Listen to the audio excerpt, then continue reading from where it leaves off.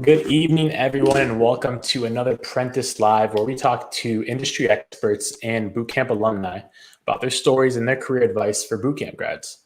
For anyone that is new today and that is a bootcamp grad, make sure to join our Discord community, which has hundreds of developers, designers, data scientists, and other techies help each other out in their careers. So you can go join that at this link below. And in the case that this is your first time joining our live stream, if you have any questions at any time, feel free to just type them in the chat. We will get to all your questions at the end. And we might even stop at some on the way there. So, just stay active. We love to hear from everyone. And yeah, if you're already in here, feel free to write where you're joining from, so we kind of know who is here. And today we get the honor of talking to Kim Burgaard. And he is a director of engineering at Fernish, which you can see the website down below. It's a furniture rental startup. So I did a little bit of research, but can you tell me a little bit more about Fernish, Kim? Yeah, so we like to talk about it as furniture as a service. So the difference between the existing solutions out there is that we have a much more modern, kind of flexible way of thinking about furniture, where you pay on a monthly subscription plan. It's paid with a credit card. There's no identity check and all kinds of other stuff that you have to go through, and it's very flexible. So if you get a couch and you decide after a while that it's not the right color, or maybe you want something that's a little bit more firm or soft, you let us know. We come and swap it out, and that's how you go. And once you decide you don't need it anymore, then you just let us know and we come and pick it up. And the way we make all this work with high quality furniture for low monthly rates is that we're introducing circular economy. So all the furniture that comes back into our warehouse, we restore it into a new state, and then it goes out into some other customer where it can be of use, right? And in the happy case, that can go on for many years, right? Yeah, no, that's amazing. I think I needed that in college, honestly, because I was moving so much, and each time I had to get different furniture. Yep. So that's a crazy idea. So I'm gonna go into Fernish a little bit later, but first I always like to start where you started from. So I know I checked your LinkedIn. You've been in tech for a long time, probably gained a lot of knowledge. So tell me about just initially getting into tech. Why'd you like technology? Yeah, so I mean, I'm kind of the old school, software engineer, where I got into computers way back in my childhood. There was a friend who had a Commodore VIC-20, and I just loved to come over and play video games, and we would tinker a little bit with the basic, and then when I had enough money saved up, I bought myself an Amiga 500, and in the beginning I just played with it, but then a friend showed me that you could actually program it with assembly language, and then I kind of slowly learned how to program, and it was just a lot of fun. And then when I went to college, I was dead set on becoming a physics professor, and I had to pick a minor also. And I thought, well, it's fun messing around with computers, so I picked computer science. And I discovered that physics was actually not as exciting as I thought it was going to be. But computer science just blew my mind. It was like it's there's theory, there's theoretical ideas about both how programming languages work and CPUs, but also system design and all those kind of things, and object-oriented programming. And so I decided to switch my major, and along the way, I picked up internships and side jobs, and so in that sense, it's kind of very traditional, entry into working as a software engineer. I gotcha. Yeah, with physics, I had to take physics a lot because I did engineering before, and yeah, it's not as fun as computer science. I'll say that. So once you got into computer science, and then you got into some internships. So what did you see as the values in the internships, and also what did internships look like in the early days? Yeah, I mean, so again, I'm a really old dog, and so I started college in '93, and so that was right around when the internet was invented or began to slowly seep into the academic communities. Yeah. And so my first internship was with the Danish equivalent of the Library of Congress, and so they had a lot of recordings of old Danish dialects that were, we were losing them because people who spoke those dialects, they were getting old and passing away. And so they had made a lot of recordings, and they wanted to make those accessible to people on the internet. And so they hired me and one of my buddies to build out a website to do that. So they had people who knew how to do the very early streaming technology, but then my job and my buddy's job was to actually create the website that presented all of these recordings. And this was so new technology that it sounds advanced for that time. Yeah, our boss, he had no idea what we were doing, so we were basically just left to do our own stuff, and it was a ton of fun, and it was really gratifying because it was, this was being displayed and used by people all over Denmark, right, who was curious about, dialects from the past. Yeah, like I said, that's it really advanced. Like, it sounds like something that'd be like a cool project today. Like back then, I don't even know how you even go about that. Yeah. Well, one thing we didn't touch on is also that you I guess you grew up in Denmark. Yes. Okay, so you went to Denmark college and everything. So how was it any different, you think, going through technology education there versus in the U.S.?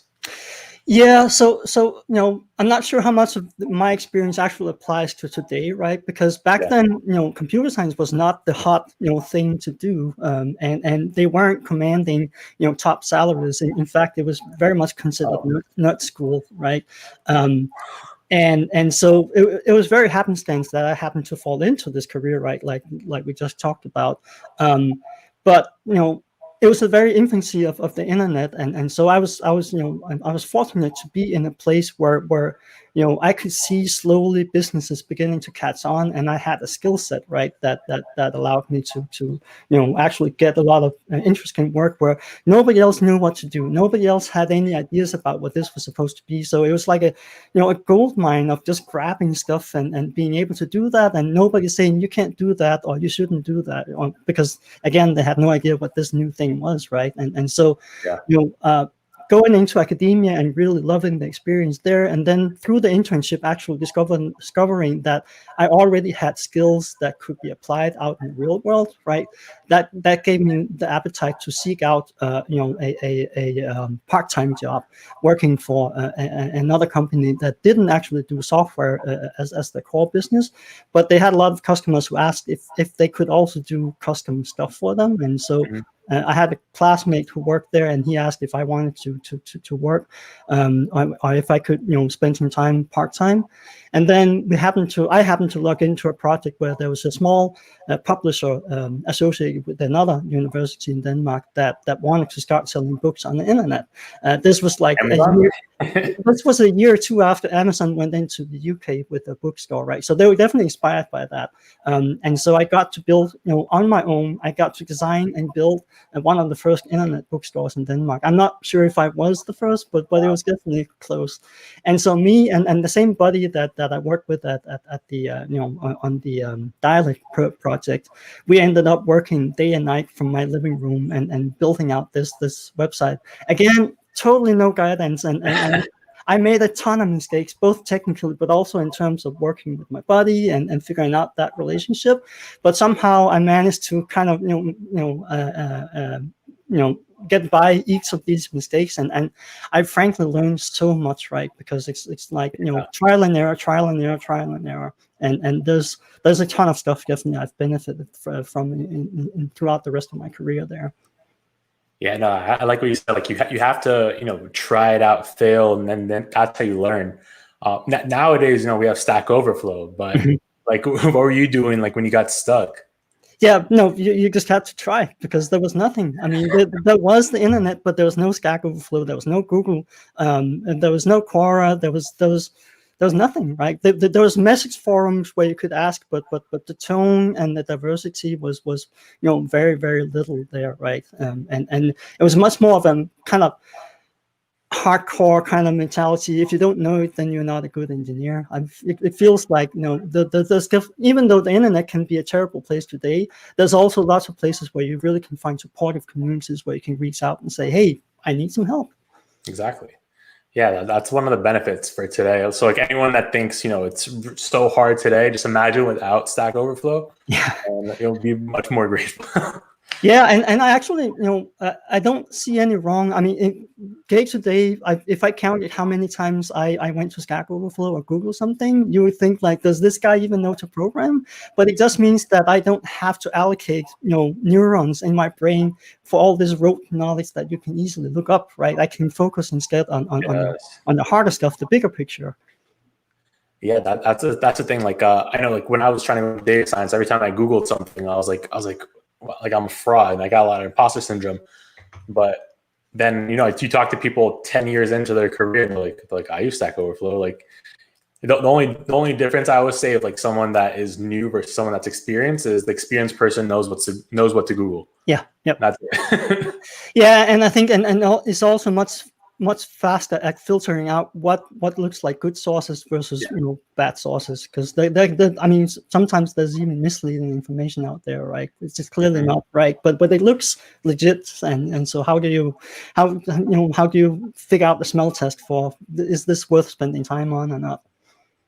Yeah, that's another thing, is like picking what to actually like spend your time on and learn or apply, because there's a lot. And I feel like a lot of people get lost in the learning.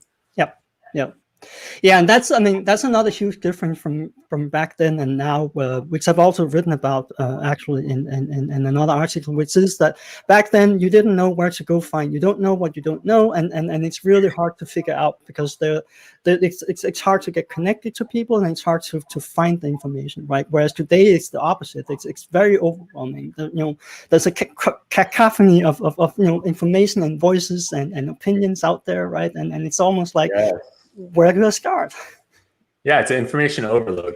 Yep. Like, I think like that's some of the things like boot camps are like trying to do also, is like telling you, okay, this is the information you have to learn, and like putting you in the right direction. But they're not going to teach you everything, because you can never learn everything. Yep. But it's just like organizing the path. It's a Google Maps for learning. Yep.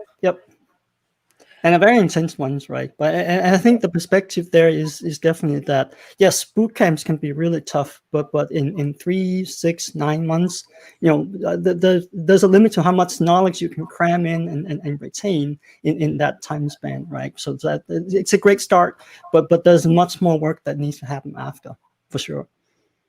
Yeah, exactly. So going back to your history real quick. So you were in Denmark you're building the second coming of Amazon. And at what point did you make the transition from Denmark to USA?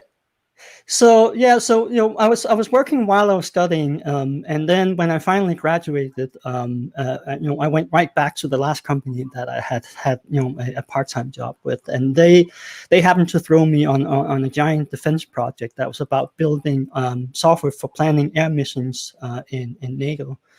So huge projects, and the way NATO does projects is that, especially the big ones, is that they force the main contractor to place parts of the business in each of the member countries, right? So you kind of spread out the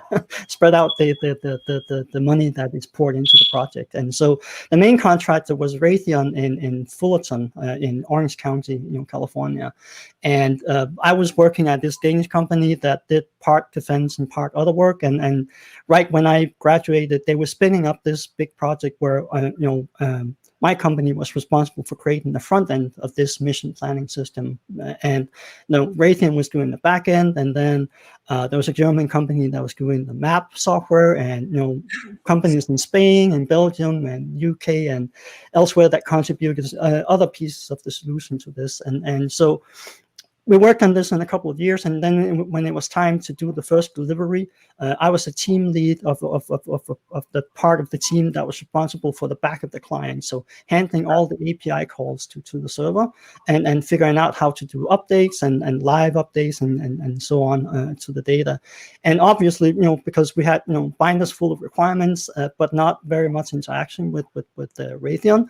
Obviously, when we sent our first delivery over, nothing worked, and so they needed somebody to come and help figure out what was going on. And I was single, and I was the team lead of this team that was very central to talking with the server. So with a few days notice, I was asked, Kim, can you fly over? It's going to be a couple of weeks, so I packed my suitcase for that, and then I ended up staying for 2 months. And then when we did the next delivery a few months later, they asked me to come back, and so I did that 4 times in 2003. Wow. And then I was like, okay, this is fun, but I'm getting tired of living out of a suitcase in a hotel. And so it so happened at that point they decided to move all the integration from all the different vendors to Paris, and they told me you'll get an apartment. And so okay, I'm all in. So no plan. There's no way I could have planned this, right? But I ended up in Paris for a year, and then they moved everything back to Fullerton because of various kinds of politics going on. And I just tagged along, and I like California, and so that's how I ended up in the US, and I worked on that project for I think more than 10 years. Oh wow. So that was one project for 10 years. Yep. And do you think it took 10 years because it's just like government, or just because it was like that massive of a project? It was so massive, and it was really, I think, a good example of why big projects like that, they usually run into massive cost overruns and troubles and so on. I mean, when I left, they weren't done. They hadn't even deployed it yet. So, and I actually don't know if it's in production even to this day. But I left the project because I got tired of the corporate politics and tiny cog in a giant machinery, and you have very little influence over what you're doing and what other people alongside you are doing. And I felt this very kind of waterfall and very pigeonhole kind of culture is very disenfranchising. And so, the money was great, but I decided I need to reinvent myself. And now we're getting closer to why I can relate a little bit to bootcamp, right? Bootcamp students, because a lot of them are making career changes, right? And so for me, the easy transition was the Danish company that I worked for. They had a tiny sales office in Washington, D.C.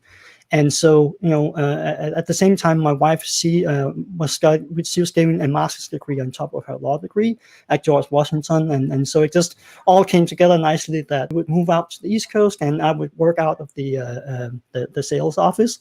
And so, because of clearings, I wasn't able to work on the defense projects that they were doing for customers in the US. But the Danish company, they were trying to break into healthcare in the US with a healthcare service or software product. And so I was there, I was on the ground, and so they asked me, do you want to be a business development manager for this? And I was like, okay, fine, I'll do that. And so the rest of the team, the VP of healthcare, he was back in Denmark, and then the rest of the team was back in Denmark. And so I jumped into this with no background and no preparation, and just trying to figure out how to do this. And so we did that for a year, and it became pretty clear to me that I wasn't getting the training and the support that I needed to grow in that role.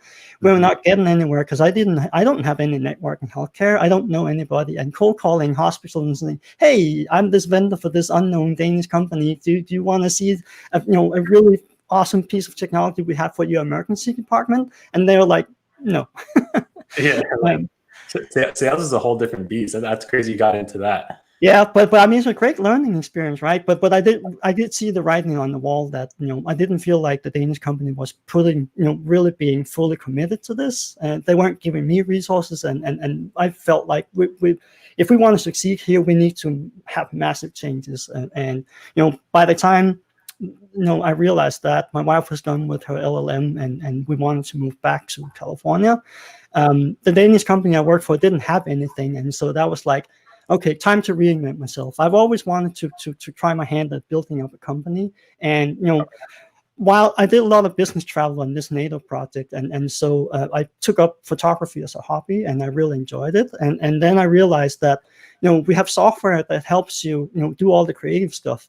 But running a software business or a photography business, there's lots more. There's contractors managing, subcontractors like makeup artists and stylists and models and all that stuff, right? And then managing the pipeline of retouching and getting feedback from the customer. All of that is just for a lot of photographers, it's just whatever they managed to scrabble together as their own little process with spreadsheets and documents and emails and whatnot. And because I had worked at this Danish company that did a lot of planning software and workflow software, like I actually have I have knowledge about how to build these systems. So, and I've also worked in a lot of systems where it's pretty clear software engineers can be really smart, but if they don't really understand the end users and have empathy for what they're building, you end up with systems that the end users, they hate, or they don't do what they need, right? And it's just a waste of everybody's time. So my very naive idea was that, I'm just going to start a commercial photography business. And then on the side, I'm going to get up to speed on all things Web 2.0 and React and so on. And then I'll start building out prototypes for this software, because then, me actually working as a photographer ensures that I, build the right kind of product, because if it works for me, it can also work for other people, right? That's the best thing to start as a startup. Yep. Something that helps you first. Yeah, but then the reality is building any kind of business is hard, right? And I spent maybe 10% doing business development and 40% doing photography and having a lot of fun there and working a lot of projects, but most of them didn't pay all that much. And then 50% on getting up to speed on modern web applications and building out the prototype. And then after 3.5 years, I was like getting to the point where I realized I don't know how to scale my photography business, and I'm slowly dipping into my savings, and so this can't go on. And I definitely didn't want to take on debt. So I was like, okay, it's time to grow up and find a job, right? And so I found a job with an employer where I could leverage my now newly found React skills, and I knew that would be a stepping stone, both salary-wise, but also in terms of the company and what they did. And it was, and then I was there for about a year, and then a recruiter cold emailed me, and I usually don't respond to those at all, but for whatever reason I did. And she put me in front of a really, really interesting startup, and I was like, well, I have kids, I have a house, and I didn't picture myself as a startup type, and I just given up on this, trying to start my own business. But the startup offered a really competitive salary, so I was like, I've got nothing to lose, right? Because I mean, worst case, if the startup goes belly up, then I trust enough in my skills that I can find another job, right? And that stepping stone job was the one that enabled me to go out and find other interesting jobs, because prior to that, I had a resume of like 17 years of experience that really pigeonholed me as a defense contractor software engineer, right? And I was trying really hard to get out of that, right? And this was the path that enabled me to do that. And along the way, I got to try other stuff, and that's why, on one hand, I'm very traditional in my career, but then I've also done these weird, crazy, 180s that kind of put me a little bit more in the shoes of understanding what it's like to change your career and have that courage to step out your comfort zone and say, I'm going to do this, and it's going to take a lot of work, and it's definitely not guaranteed. Even though I have these 17 years of experience as a software engineer, any modern startup or any company that does modern web application, they would take half a look at my resume and go like, next, right? And so investing in myself in hindsight in those 3.5 years really was what allowed me to kind of reinvent myself and present myself as look, I'm a web developer guy, right? And then that stepping stone job was what kind of provided legitimacy to that, right? So it's, I definitely don't think it was guaranteed that I was going to be able to get into an interesting job with working with modern technologies and all that stuff. So it was a lot of just trying the next thing, right? And then so I ended up in this startup which was called Rival, and they were building a modern ticket platform to take on Ticketmaster. So the scale and the ambition was just enormous, and I got to work on performance engineering, and I did the stadium map for stadiums up to 90,000 seats, where I got to build out all of that technology, and it was a lot of fun, and I learned a lot of things. But then one of the product managers at Rival, I really enjoyed working with him. He left to go co-found Fernish together with a friend, and so I stayed in touch with him. And in the beginning, they were really scrappy, just own money, family money, friends money. And then eventually they got enough money to start really building out the team. And, I was fortunate enough to be able to interview for the engineering manager position. And so I joined the company when they were about 10 months in, right? Yes, I want to get into Fernish for sure. But there's a lot of stuff that you dropped on us. I want to get into a little bit deeper. So I first going into sales as, a tech person, and then, starting your own business, you have to also do a lot of sales. So like, what would you say is like the main thing that helped you from doing those kind of things and that helped you in your tech career? Yep. So it really sharpens me, my sense of what I want to do and what I definitely don't want to do. And so I know for sure that for example, I don't think I would ever be a CEO of a company, because I think mostly CEOs, they're usually much more outward facing. They're really the number one sales guy of the company, whether it's for customers or for partnerships relations or for, all kinds of other things that the company externally is connected to.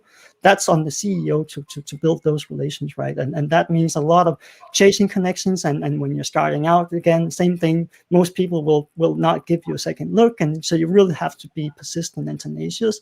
And I just know I don't have the kind of personality with that drive. I take those rejections when people don't want to talk with me. I take them very much to heart. And so that would be difficult for me to motivate myself to do that kind of job. But that's great. Now I know that definitely don't pursue a career that involves me selling, right? At least not in that way. But it also gives me insight, and I've actually always done that throughout my career. Is I've talked with the other departments of the company, because even though I don't have interest in doing what they're doing, it really helps me as a software engineer to understand where they're coming from, and because software engineering is a collaboration, and the better you understand your stakeholders that you're working with, I think the more likely you are to become successful in what you're doing, and you're going to end up with a better product because of that. And usually also a more pleasant environment to work in, because you have good relationships with these people.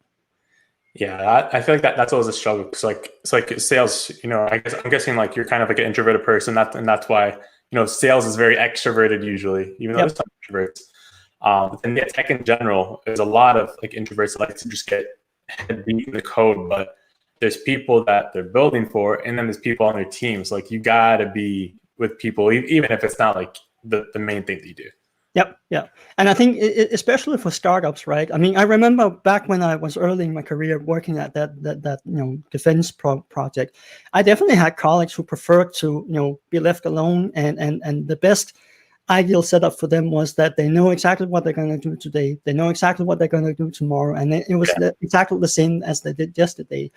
And that's great that there are places where they can go and they can work like that.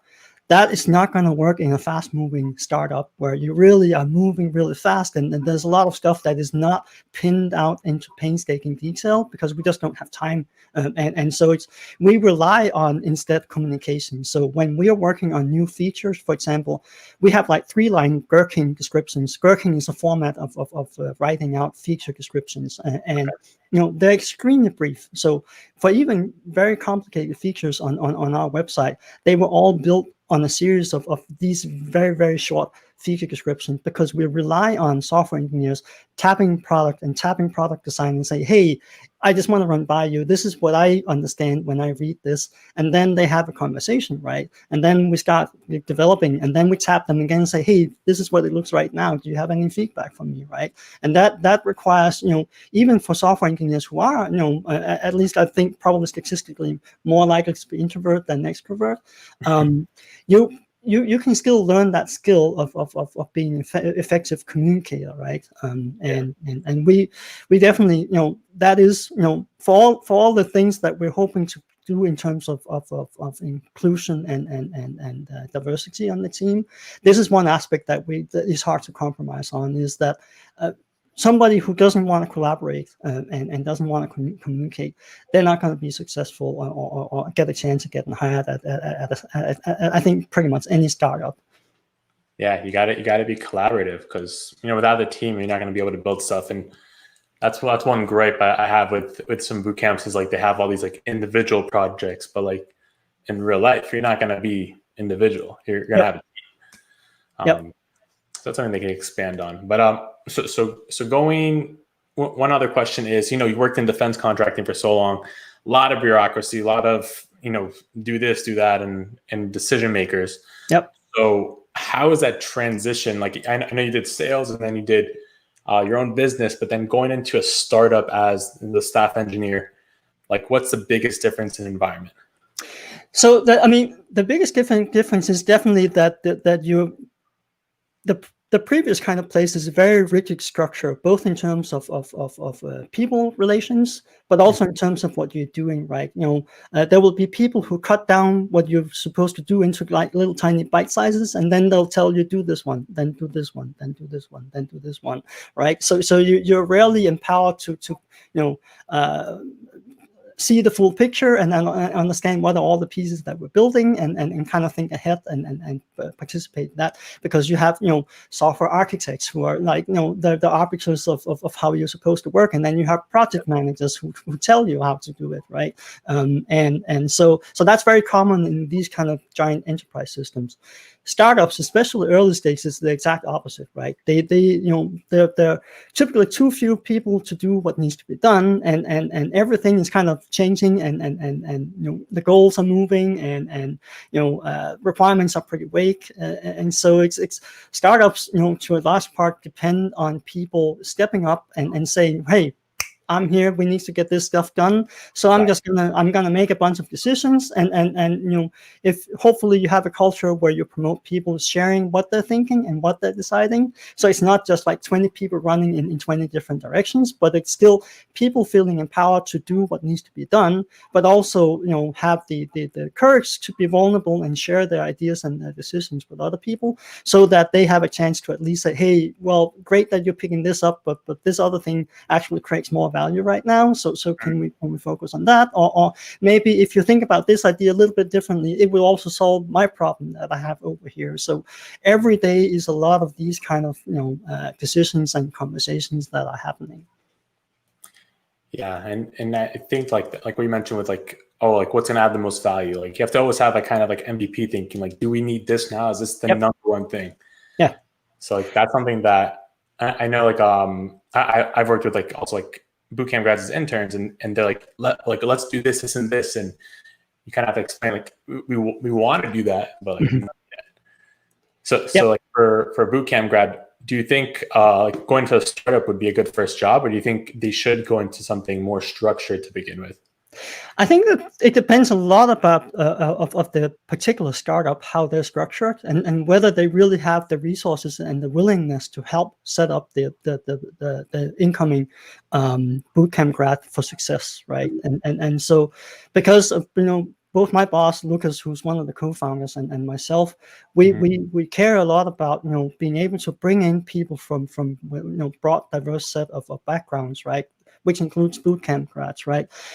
We also knew that in order for this to work, we can't just hire them and then leave them alone and then hope that they're going to figure stuff out, right? Because both Lucas and me, we have the benefit of long careers where we have had lots of people around us who helped us understand what's the right thing to do here, right? And so at Fernish, when we hire new employees, and that actually no matter how senior they or junior they are, right? We have the first week they are paired up with what we call an onboarding buddy, and that is typically the previous last person to join the team, because they had that experience most fresh in mind, right? And so they help the person get set up with the development environment, know where to find documentation, and what's the beginnings of the process, and the goal for that onboarding is within the first week to have at least one ticket in production, right? For the first week. Yes, the first week, and often it happens within a few days. So that's kind of the bar that we have there. But they they're doing it together. It's a collaboration, right? And then after that, we pair up the new employees with a mentor who will on a weekly basis or even more frequent will help the new employees find tickets that are appropriate for where they are in their onboarding kind of learning curve. and help, also make sure that they get exposed to all the various corners of the code base, and really get comfortable and familiar with the process that we have, right? And then for more senior engineers, they mentorship typically rolls off after a couple of months, because at that point they're like, I don't need the training wheels. I got this. I know what I'm doing. And then for more junior people, that relationship is longer, right? And so, for example, the last hire we did was an intern that came with a bootcamp background. She was in. But she did study something that was slightly related with the information systems, right? And then she worked as a consultant at EY for a couple of years, and decided that she wanted to change of career, right? Went to a boot camp, got the internship with us, and after a month and a half, we were like, she's amazing. We want to, we definitely want to make sure she doesn't run anywhere else, and so we offered her a permanent full-time role, and she happily accepted. So we're really pleased that it worked out that way. I love hearing that. Like with the bootcamp grad space, like I actually posted in our community today, like something you mentioned. So you said like she had a degree, she worked at EY, and with bootcamp grads, it's not just okay, you learned a skill and like you have some projects. It's hey, you've done all this already. You got this knowledge that will actually help a company as well. Yep. Yeah, I mean, I share advice to because I've come across a lot of bootcamp graduates in the hiring process, and a common resume feedback I give is that there's stuff in your previous career you can leverage, right? If you work in an office job, at least it tells me that you know how to work, right? You know how to come to an office, and you probably know office etiquette and all that kind of things. But then everything on top of that is just bonus, right? So there was a candidate bootcamp candidate we interviewed because she had worked in a warehouse, and we have warehouses with our furniture, right? And so we're working on warehouse management software, and so she has a lot of domain knowledge, right, that we don't have on the team, and which the warehouse people in the warehouse, because they don't have the software engineering perspective, that there are things that are difficult for them to explain to us, that this is what we need, or these are the pain points that we're facing.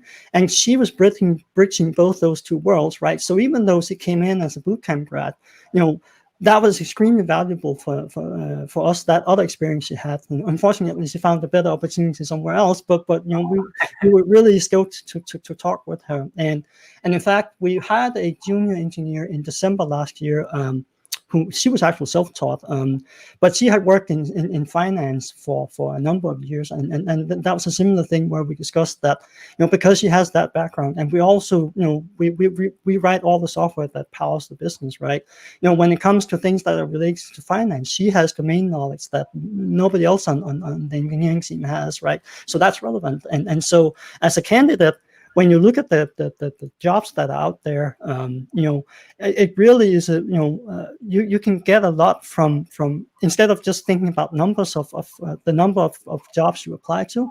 Look at these opportunities and say, what in my past could be applicable to what they're doing, because anything you can add on top of that. I have experience with CRM, or I have experience with blah blah blah blah blah, right? All of that is another chance for you to stand out when the hiring manager is scanning your resume. Yeah, and I think also you have to assist the hiring manager, because sometimes you get into the interview, so that's great, that's the first step. But once you're in there, you have to do some sales. You have to relate that experience and show why that is valuable. Yep. And then that will convince the hiring manager.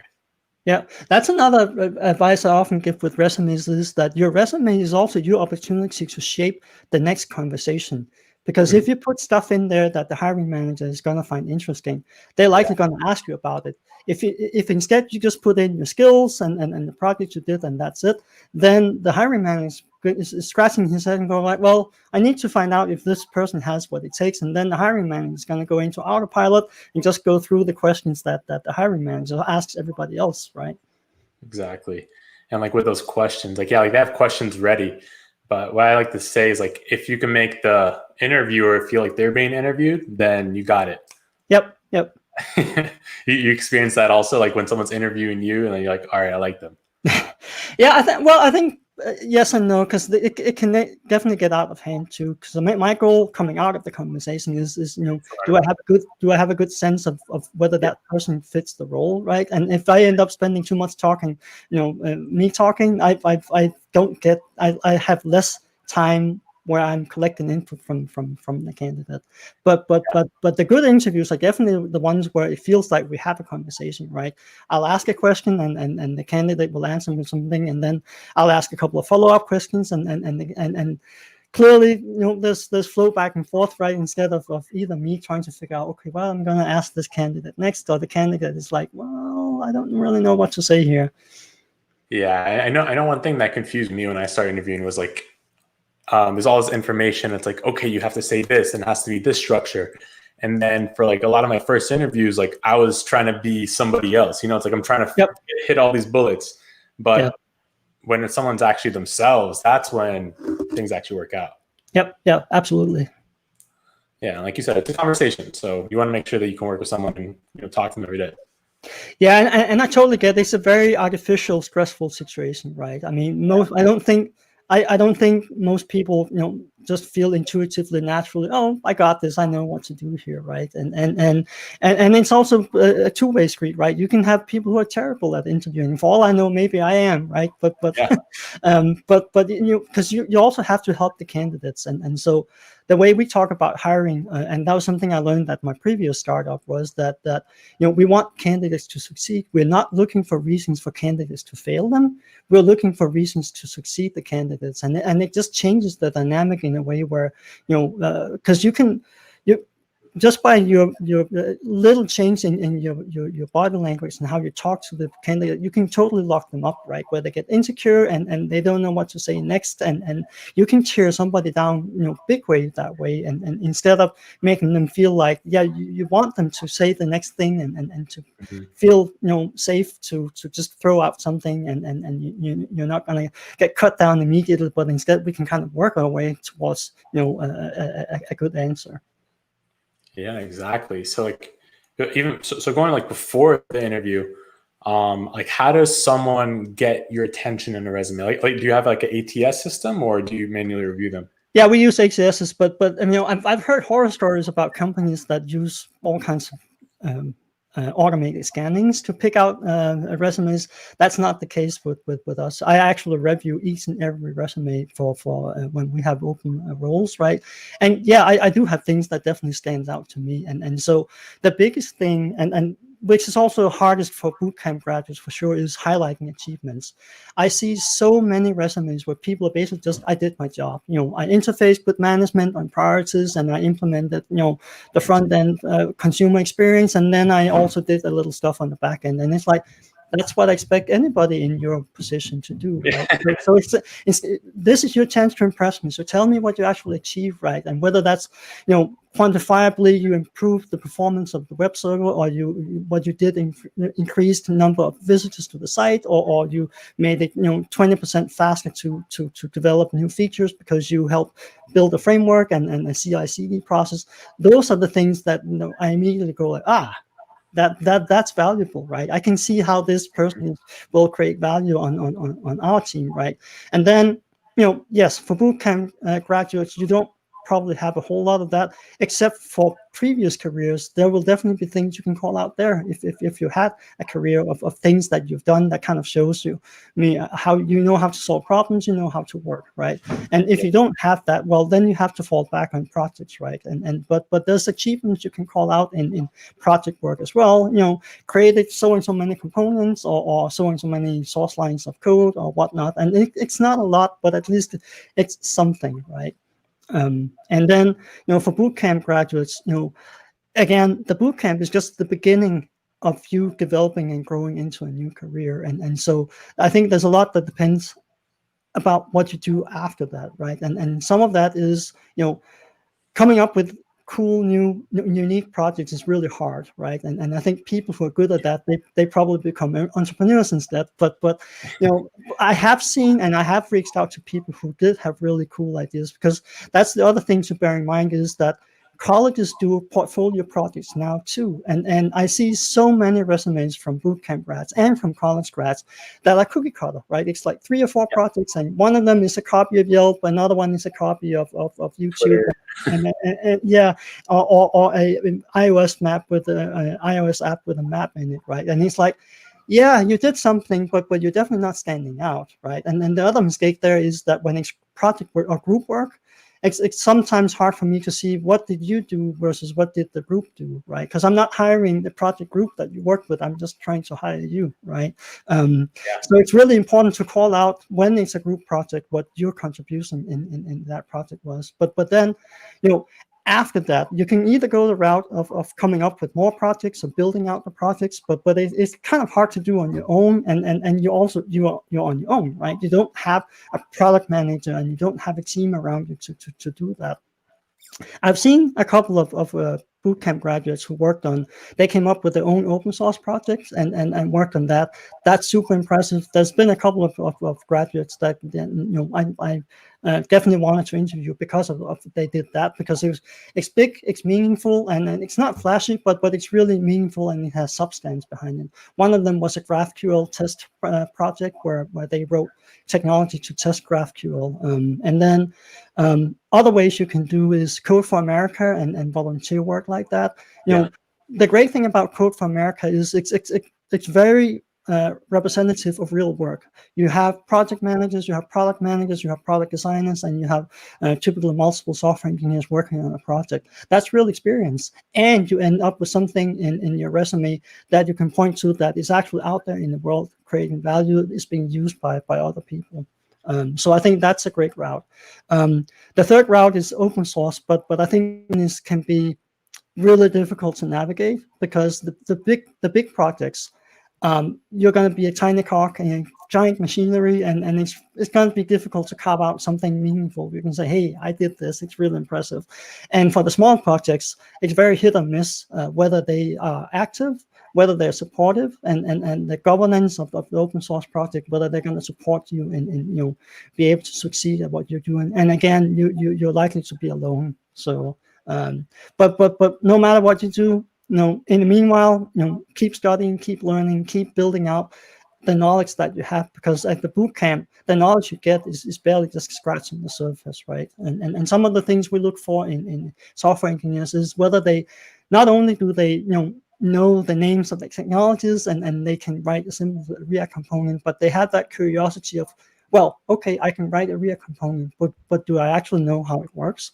What does React do for me versus Angular versus other frameworks out there? So begin to have that curiosity. You don't have to have the knowledge. I don't expect any junior engineers to come in and say, oh, Kim, let me just talk to you about the life cycle of React is this and this and this, because that's under the hood and this is how it's working. Yeah.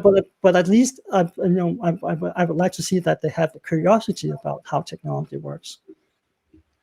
Yeah, no, and I think like the best way to summarize like what you were talking about overall is, there's so many people applying to jobs. There's so many people that might come from college, boot camps, and everything else. But what everyone has to realize is like companies want to know why you. Mm-hmm. You have to express that, and I feel like a lot of people don't know why them. They're just trying to like they don't realize that they're just blending in. So like if people focus on that, like you said, with projects, with outlining their achievements, then you can get the attention of the right companies. Yeah, and I think to tie into that is that is where the focused search is really important, because if you can't see any fit with you and the company you're applying to, they're definitely not going to pick you, because I mean it's just a waste of time. Getting a job is not a numbers game. It's about finding a good fit between not just you and the company, but also with how you think about the company, right? Because once you actually get through the first door and you get to the first interview, right, then part of the things that I'm also looking for is is the candidate excited about what we do? Are they actually interested in our mission, right? And we have passed on candidates where they definitely had the skill set, but it came across pretty clearly we were just a job, and it's like. We're a startup. We depend on everybody, to really be, focused on the mission and to really get what we're doing. because they are going to make a lot of decisions on their own. And as long as they understand the overall company vision, then we are more inclined to trust that they're going to do the right thing, or at least they're going to move somewhat in the same direction as the rest of the team. Whereas somebody who's just looking for a job, it's like, well, once it gets to that you have to make 20 decisions every day, are you really going to be thoughtful about those decisions you're making, or are you just going to make random decisions because, whatever? Exactly. People have to realize, like, yeah, I know there's financial struggles where, like, are you like, I need to get a job no matter what. But in the cases you can wait a little bit longer for the right company, it's going to make a huge difference at the start of the career. Yep. Also for the company that chooses you. Yeah, and I think another tip there is to tailor your resume to the roles that you're applying for, because that's another common mistake. I see that, candidates, they have one resume, and I was shocked the first time, but unfortunately, I see it so many times now where people have a resume where they say, I'm looking for a data engineering, machine learning, software engineering role, and it's like, I get what you're trying to do. You're trying to cast a wide net, but for the hiring managers, you're doing exactly the opposite. You're going like, here's a person who don't know what they want to do. They're looking for a job, right? And I just don't know where that person will succeed, right? Excel, and so the resume,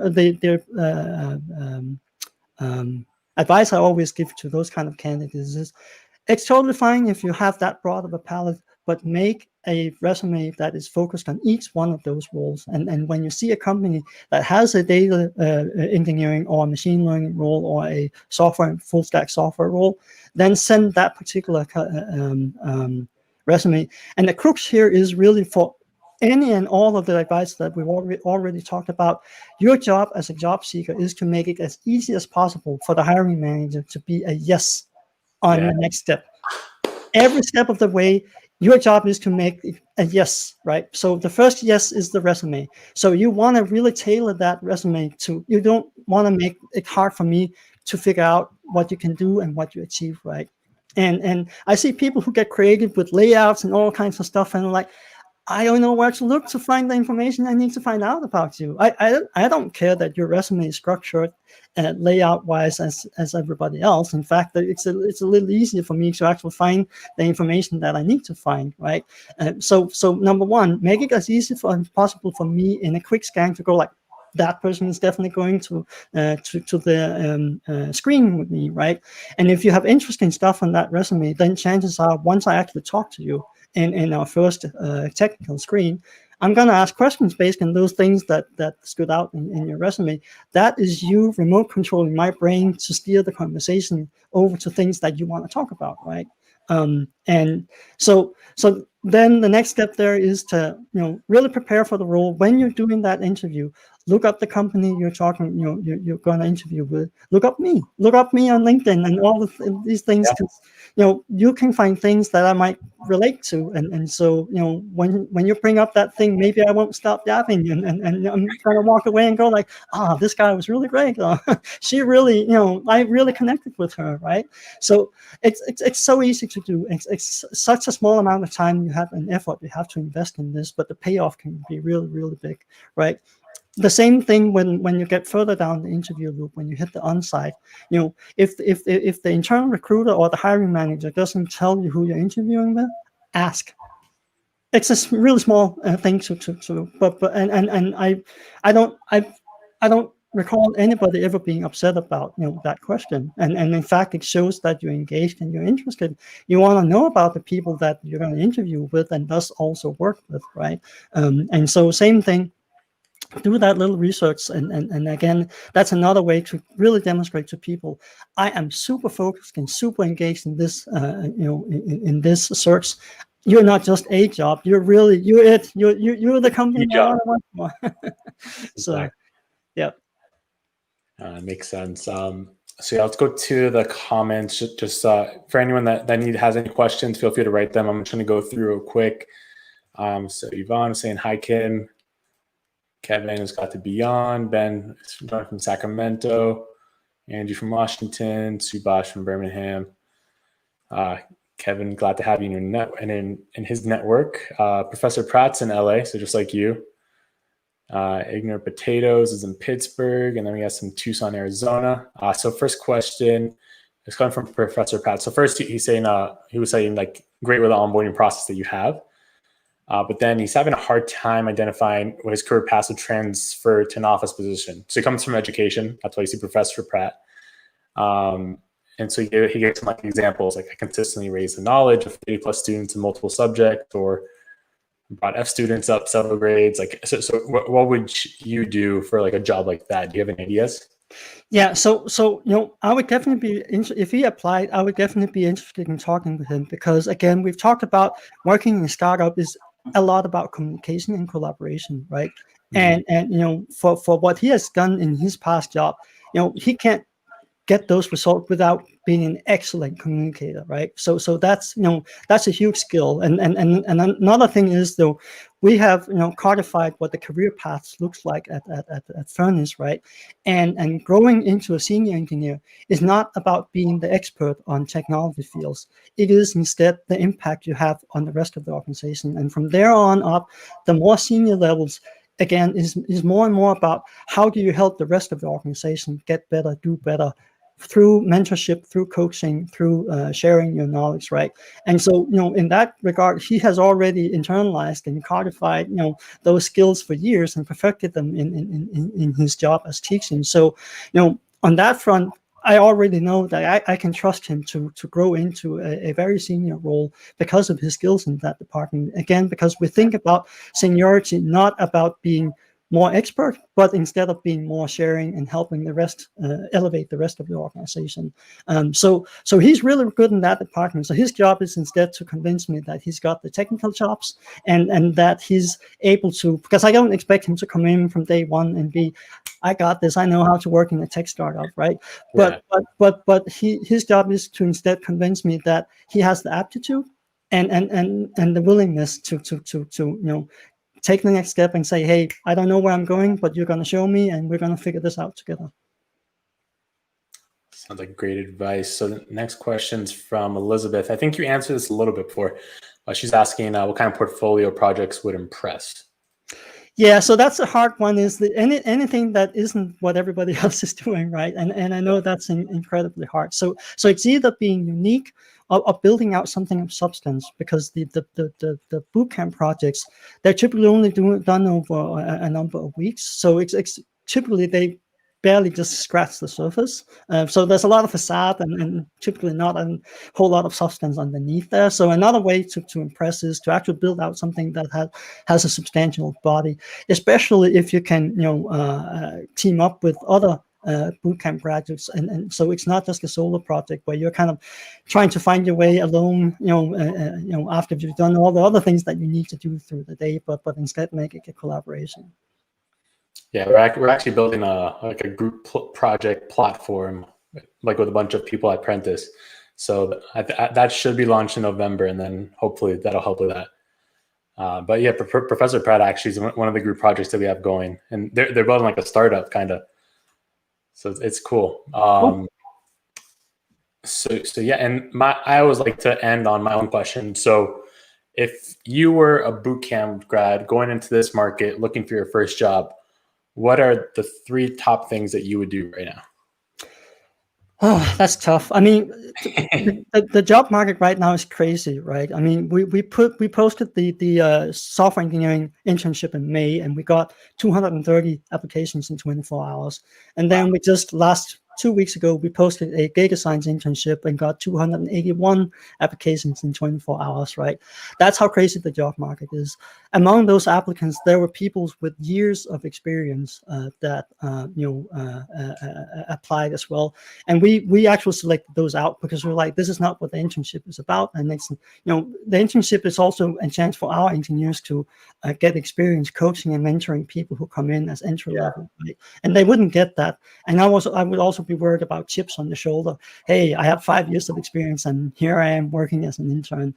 But that just highlights how crazy the job market is right now.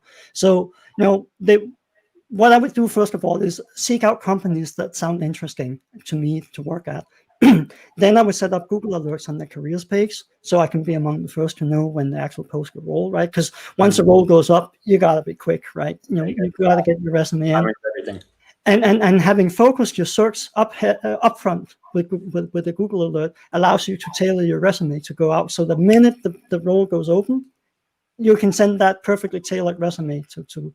And then, the next thing I would do is try to network, send connection requests and messages to people that work there, try to find out who the hiring manager is, try to connect to that person and ask, hey, I know you don't have any roles open right now. Do you have any sense of time frame of when that would be? And then set up that Google alert, because another mistake I often get is once candidates, they reach out to me and ask, then they say, hey, can you let me know when the next role comes out? And it's like, I'm talking with hundreds of people each week. I can't reach out to everybody and say, hey, we have a role. But it's the same advice I always give them, is set up that Google alert. And then I think that's really just it. Just keep iterating on that. No, that's honestly, that's really good advice. Like you said, like people, they ask for like these favors, like, oh, remind me, but like you have to realize like the only person that can help you is yourself. So you got to stay active on that stuff. Yep. Yeah. Another big mistake I see is people reaching out with a message and say, hey, do you see a good fit with me? No resume, no context, no nothing. And it's the exact opposite of making it as easy as possible for me to be a yes, where I'm like, I don't know what to say to you. Yeah. So we have one last question. So Kevin was asking, how do you stay updated during the tech bubble? And what advice would you give for staying current? And he means with tech skills. Oh, yeah. So I wrote another Medium article about how to keep up with technologies. And my advice there is pick one thing and just, stick with it and get good at it. And then pick something else, because there's so much out there that you can't keep up with all of the stuff that's going on. And that's not what's going to get you a job either. In fact, if somebody comes and says they know all about Rust and Elixir and, Go and what, I'm like, you're a jack of all trades and you don't know what you want to do. And none of those skills that you have acquired in being able to keep up like that are things that we really need on the team. So I think, and the other thing is, all of these technologies, the ones that stay, they have longevity, right? So it may be that people feel that Java is a done thing. It's still there. It powers a lot of web servers and infrastructure out there. It's powered by Java. There's tons of job in that technology still. So if you pick Java, it's not like you're picking a dying thing. The COBOL program is still around. And by the way, they're making huge money right now because companies can't find COBOL programmers. So pick something, whether that's React or Angular or MongoDB, get really good at working with that technology, and then pick the next thing once you feel that you've gotten comfortable with it. All right. Great advice, Kim. So yeah, for anyone that wants to stay in touch and follow Kim, he posts on LinkedIn sometimes and got some good stuff. That's how I found him.